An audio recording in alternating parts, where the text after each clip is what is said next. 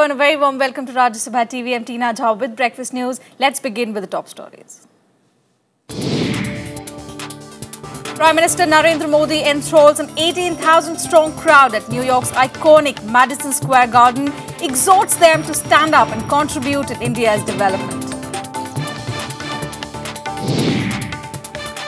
Narendra Modi's speech evokes mixed reactions. His party men and the Indian diaspora hail it as iconic, even as the opposition says there was no meat in it.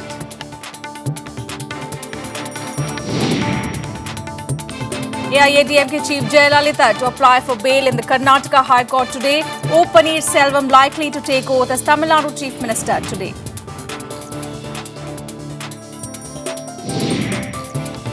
Hong Kong police launches early morning crackdown on pro-democracy protesters, even as the chief executive urges demonstrators to retract peacefully. And Indian athletes will vie to add more medals to their tally at Incheon as the country moves up to the 9th spot with 4 gold medals.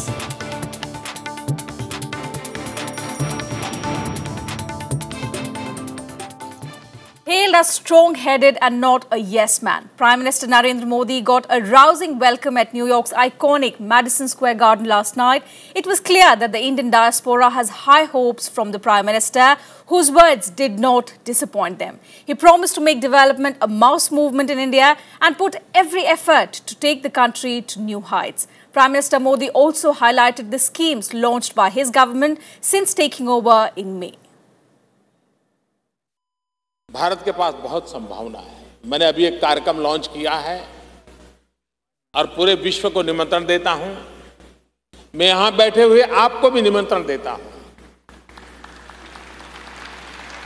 और मेरा निमंत्रण इस बात के लिए है, make in India. Prime Minister Narendra Modi exhorting the Indian diaspora to join in developing India. And to make things easier, Modi has promised to do away with laws that could pull the country down.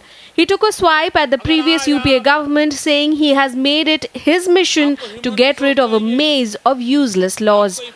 हमारे यहाँ पहले जो सरकारें थी, वो इस बात का गर्व करती थी कि हमने ये कानून बनाया, हमने वो कानून बनाया, हमने ठीकना कानून बनाया, हमने फलाना कानून बनाया। आपने पूरे चुनाव के कैंपेन में देखा होगा, यही बात चलती थी। हमने ये कानून बनाया, हमने वो कानून बनाया। मैंने काम दूसरा शुरू किया है। मैंने कानून जितने पुराने हैं, बेकार है, सबको खत्म करने का शुरू किया।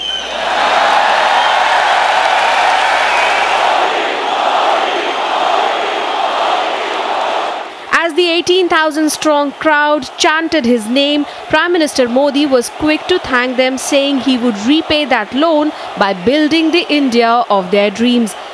He has promised to work tirelessly towards making India a major power and renewed pledges to unlock its economic potential. And for that, he sought their help. Touching an emotional chord, Modi also talked about one of his pet projects, cleaning the river Ganga and ensuring a clean India. Ganga की सफाई ये सिर्फ आस्था से जुड़ा हुआ विषय तक सीमित नहीं है। आज दुनिया में क्लाइमेट को लेकर के जितनी चिंता होती है, पर्यावरण को लेकर के जितनी चिंता होती है, उस दृष्टि से भी गंगा की सफाई आवश्यक है। गंगा के किनारों की जो अवस्था है, उत्तराखंड हो, उत्तर प्रदेश हो, बिहार हो, बंगाल हो, करीब करीब भारत की 40% जनसंख्या की आर्थिक गतिविधि ये गंगा मैया पर निर्भर है। And he ended his speech with this rousing chant. Bharat माता की, भारत माता की, भारत माता की। And to discuss how effective was Prime Minister Modi's speech at the Madison Square Garden, we have with us this morning Mr. K.V. Prasad, Associate Editor of the Tribune. A very good morning and welcome to Rajya Sabha TV, Mr. Prasad. We've seen the Indian diaspora, accord such a rock star welcome to Narendra Modi. Perhaps this is the first time an Indian leader has got such a rousing reception.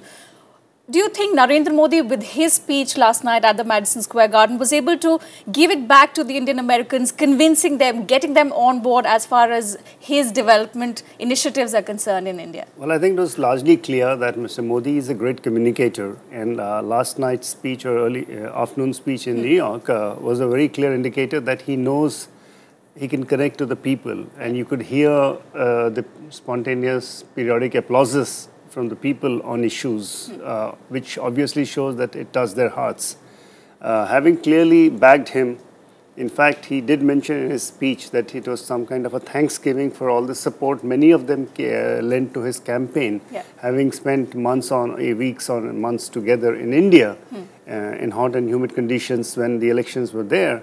So it was very clear that he wanted to tell them, look, I come here to thank you for your support and I won't let you down.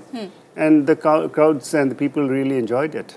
Obviously, he played effectively to the crowd. He went on to promise permanent visas, lots of hurdles he promised that he will be able to remove. The opposition, however, says that, he had nothing new to offer. He has been going on about all these plans, all these initiatives back home, and he had the same things to offer to the Indian Americans. Well, what the opposition says is a matter of fact, no doubt about it. I mean, we've been hearing speeches for as long as last, if you just discount the campaign period alone.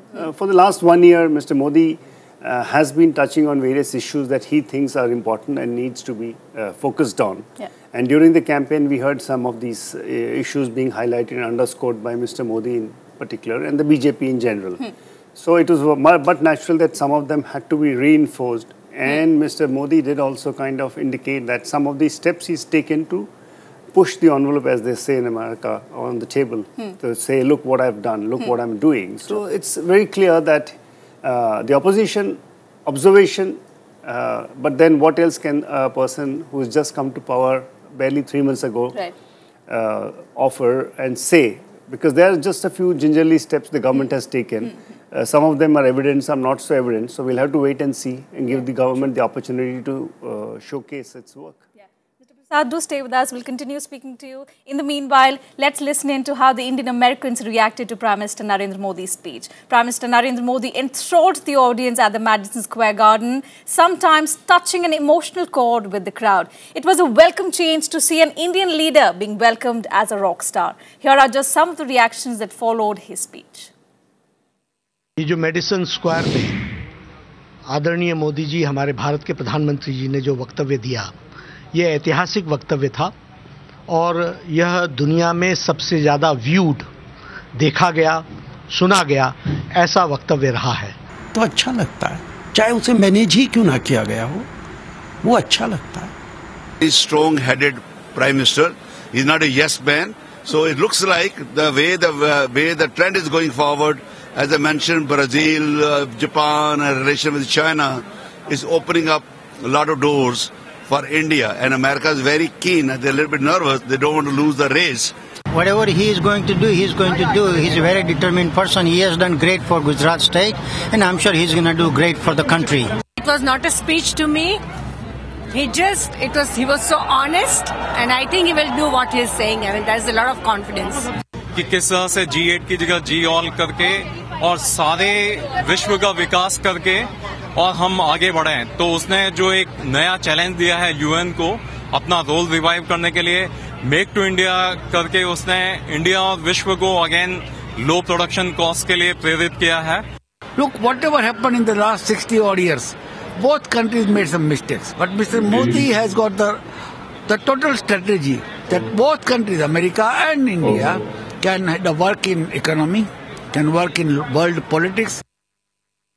So it looks like he has been able to impress a lot of the Indian Americans. Mr. Prasad, do you think he will be able to appease the CEOs also whom he will be meeting today? Well, will he be able to bring back investment to India? Well, that is the focus. Yeah. If you really look at it, whether it was Japan, whether it was any other country that he visited, he's always been talking of the need for people to come to India, and he's been promising that the climate investment will improve. The government will deliver on promises it has made in the past. In particular, there are certain laws, certain issues that have been flagged on periodically. They could not move on for whatever reason. They got bogged down in technicalities, they got bogged down in politics, they got bogged down in center versus state issues. So Mr. Modi is trying to say that he's going to cut the red tape. He's going to make sure the procedures are fastened. Yeah. In fact, even in the Madison Square Gardens, he does mention that those are things of the past. So people will wait and watch, especially hard-headed businessmen who don't get swayed by emotions, who would go hard-nosed business investments are made on decisions on the ground. But, you know, he's been talking that there will be no red tape. There will just be the red carpet. He said that in Japan. Now he keeps reiterating. He said that in India. He'll also repeat it himself in the US. These look good in words, but how difficult will it be when it comes to putting them into practice? How difficult will it be to remove the bureaucratic hurdles that have been there in India for so long? These are challenges, and I'm sure Mr. Modi, being a seasoned politician who has ran a state government for 3 terms and got elected for the 4th, which he now moved to center, he's surely prepared for it. He's obviously aware of the limitations. At the same time, because we have center-state issues, lots of issues are, as per the constitution, come under the domain of the states, law and order in particular. Labor is there, then there's education, there are many other factors. Infrastructure is a big issue. So there are many, for instance, I was just talking to some people, they said it's very well known that to set up one industry or get a license, if FDI wants to come to India, it takes 27 days for kind of 12 procedures to have gone through. Now this was shortened by previous governments. Now, probably Mr. Modi will telescope it further because that's what he indicates. And he's already told, for instance, in Japan that he'll have 2 people from Japanese side in its PMO to kind of fast-roll things, fast-track projects. So I'm sure he'll come up with some ideas and take forward the thing. We'll have to wait and see because this is just about 3 months he has done and trying to attract investments back to country. And very recently, if you remember, one of the rating agencies has also revised its opinion about investment climate in India. So all this augurs well. Right. Thank you, Mr. Prasad, for joining us this morning and giving that perspective. Now, moving on to another story. On the second day of his US visit, Prime Minister Narendra Modi invoked youth power and sent a message of peace. Using an unusual platform of a rock concert, Modi addressed around 60,000 people gathered at the Global Citizen Festival in New York's Central Park. Amid performances by various singers, Modi was introduced to the crowd by actor Hugh Jackman. Modi decided to join the festival to extend his support and to express his belief that Indian youth can join this global effort. After a 7-minute speech in English, Modi also read out a Sanskrit scripture calling for peace in the world. Some believe that the world changes with the wisdom of the old. I think that the idealism, innovation, energy and can-do attitude of the youth is even more powerful. That is my hope for India too.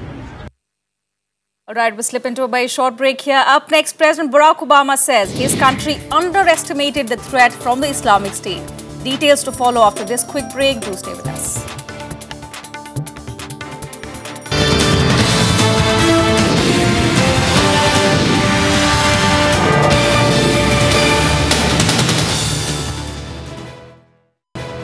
Welcome back. You're watching Breakfast News. Now, lawyers for jailed AIADMK Supremo J. Jayalalitha will move the Karnataka High Court today for bail for her as they finalize a strategy for seeking a stay on her conviction and sentence in the disproportionate assets case.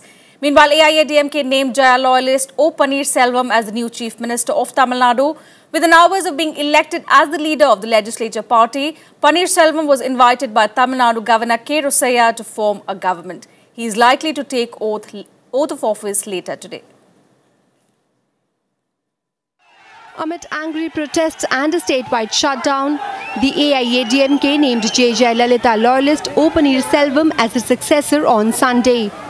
But while the announcement ended speculation as to who will be the Tamil Nadu Chief Minister after Jaya's conviction, the state continued to be on the edge. The main opposition party, the DMDK, expressed concern over the law and order. Leader of opposition Vijay Kant gave a memorandum to Governor K. Rosaiah urging him to restore the rule of law. The police said the situation was under control, with suspended bus services being resumed in a phased manner. AIADMK cadres and allies meanwhile rallied behind Jayalalitha, saying the verdict was not final. We have no fear, but Amma told to all over the AIADMK parties, don't be fear, we will be win. The justice is favor for us. One thing we can say, this is Karunanidhi regime. They have filed the false case, politically motivated case, false case. This is purposely they did this.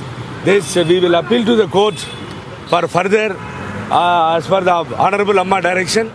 But even as the AIADMK party workers remain shell-shocked by her impending detention, others feel vindicated, saying that justice has finally prevailed.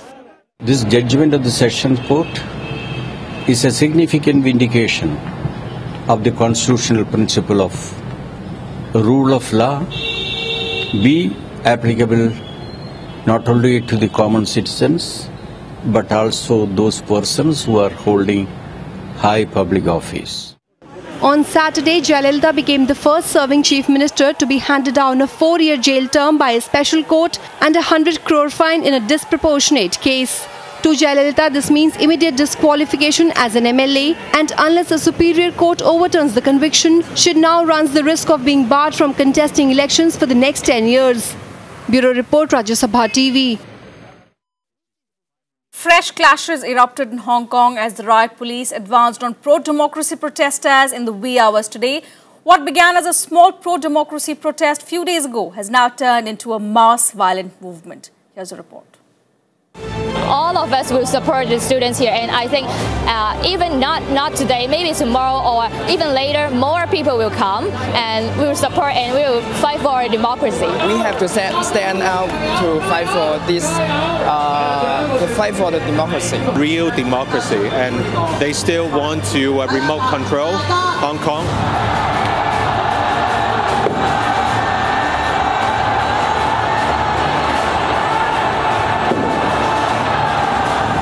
Hong Kong is bracing for more protests. Early today, riot police fired volleys of tear gas at pro-democracy protesters as they gathered on the streets. Police officials said the protesters had ignored warnings that these demonstrations were illegal. Several scuffles also broke out between police and protesters in various hamlets. At least 78 people have been arrested so far. This is such an impactful incident, particularly because of the tear gas, deployment. We need to sit down and review what happened today. And I guess it's time to ask the government to step down. I'm talking about CY Leung to step down. In a video statement, Hong Kong leader Leung Chun-ying asked pro-democracy protesters to retreat peacefully. He also refuted rumors of police violence. 警方防線被衝擊，最近幾個鐘頭有傳聞不斷擴散，例如解放軍出動、警察開槍等，呢啲傳聞完全冇。 Supporters of Occupy Central with Love and Peace movement urged the public to join the protests to pressure Beijing into scrapping the decision to rule out full elections. Hong Kong changed hands from British to Chinese rule in 1997 under a formula known as one country, two systems. With a high degree of autonomy which is not enjoyed in mainland China, universal suffrage was set as an eventual goal. However, last month Beijing rejected demands for people to freely choose city's next leader in 2017, prompting threats from protesters to shut down the Central Financial District in Occupy Central campaign. Bureau Report, Rajya Sabha TV. Late last night, US President Barack Obama admitted the United States underestimated the capability of the Islamic State possessed to grow in Syria. In an interview to CBS, the president said it was indispensable, adding that when trouble comes up anywhere in the world, they don't call Beijing, they don't call Moscow, they call the US. Meanwhile, signaling an escalation of the aerial assault in Syria against the Islamic State, US-led airstrikes struck militant positions near Kuban, close to the Turkish border. Kuban has been the focus of a major battle pitting Syrian Kurdish militiamen against the advancing Islamic State forces.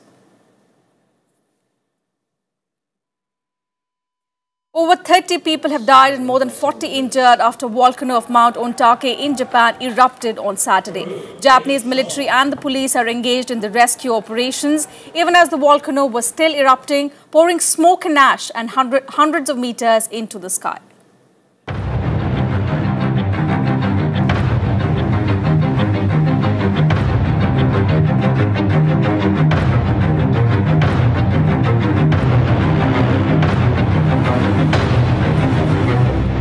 Bodies of at least 30 people were recovered near the volcano of Mount Ontake Peak in central Japan that erupted on Saturday without warning. The sudden eruption led to scores of climbers and hikers being trapped. More than 500 personnel from Japanese military and police are carrying out the rescue operations. Military helicopters plucked 7 people off the mountainside. 熱風と小屋の屋根を突き破るドーンドーン一回もうトタン屋根がバラバラ南側に噴煙が流れ下り3km を超えたことを観測しております。 Before the bodies were discovered on Sunday, the Fire and Disaster Management Agency said 45 people were unaccounted for. The rescue operations were called off at night amid fears of fresh eruptions. Mount Ontake erupted shortly before noon on Saturday, sending thick plumes of smoke and rocks into the air. About 250 people were near the 3,067-meter peak when the eruption occurred. Japan is one of the world's most seismically active nations, but there have been no fatalities from volcanic eruptions since 1991. Officials said that although there had been a rising number of small earthquakes detected at Ontake since 10th of September, the eruption could not have been predicted easily. Bureau Report, Rajya Sabha TV. And let's take a look now at some more updates from around the world in our World Wrap. A suicide car bomber linked to Al-Qaeda rammed into a field hospital east of Yemen's capital Sana'a, killing at least 15 people and injuring another 24. The attack took place in the town of Mazhar. In another attack, local officials said fighters ambushed a car used by Houthi fighters, killing 5 of them. Thousands of people took to the streets as Pakistani opposition leader Imran Khan took the campaign to unseat Nawaz Sharif to the Prime Minister's home base Lahore. Imran Khan says protests would continue around the country until Nawaz Sharif quits. Khan and a firebrand cleric Tahirul Qadri have been protesting since August, accusing Sharif of rigging last year's elections. Russia's Foreign Minister Sergei Lavrov has said relations between Moscow and Washington need a reset. Lavrov says Moscow wants to improve ties with Washington and is not interested in continued sanctions. US-Russia ties are at the lowest in years over the Ukraine conflict. Meanwhile, a large crowd in the eastern Ukrainian city of Kharkiv on Sunday pulled down a statue of Lenin amid waving the Ukrainian flag and singing the national anthem. Australian authorities searching for missing flight MH370 say its grave may be located deep in the southern Indian Ocean's trenches. Authorities released 3-dimensional images revealing for the first time details about the sea floor, where efforts are being concentrated to find the jet, which is presumed to have crashed into the sea on 8th of March. We'll slip into another quick break. Up next, all the action lined up at the Asian Games today. Do stay with us.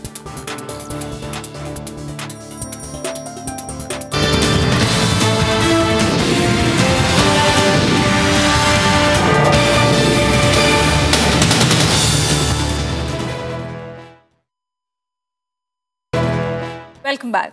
It's going to be an action-packed day at the Incheon Asian Games today. So let's get you all the updates on what Indian athletes are up for. The Indian women's hockey team will face South Korea in the semi-final match today. India has performed well in the pool matches and will be buoyed by the 6-1 win against Malaysia in the last game. India had lost to Korea 0-1 in the last edition of the Asian Games. In tennis, Indian teams will be in action in 2 gold medal matches. The men's doubles pair of Sanam Singh and Saket Mainini. Chinese Taipei in the final match. Boxers will look to enter the semis as they play their quarter-finals bout today. Vikas Krishnan, Gaurav Bidhuri, Mandeep Jangra and Kuldeep Singh will be in action in their respective categories. Indian men wrestlers will also be in action today with their respective pre-quarter final matches.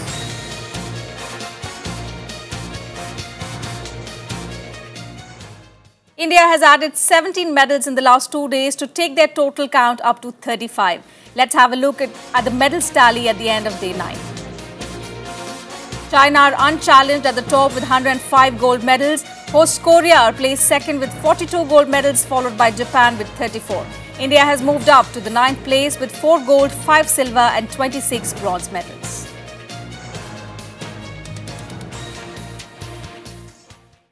That's all we have for you in Breakfast News today. Thanks for watching and have a great day.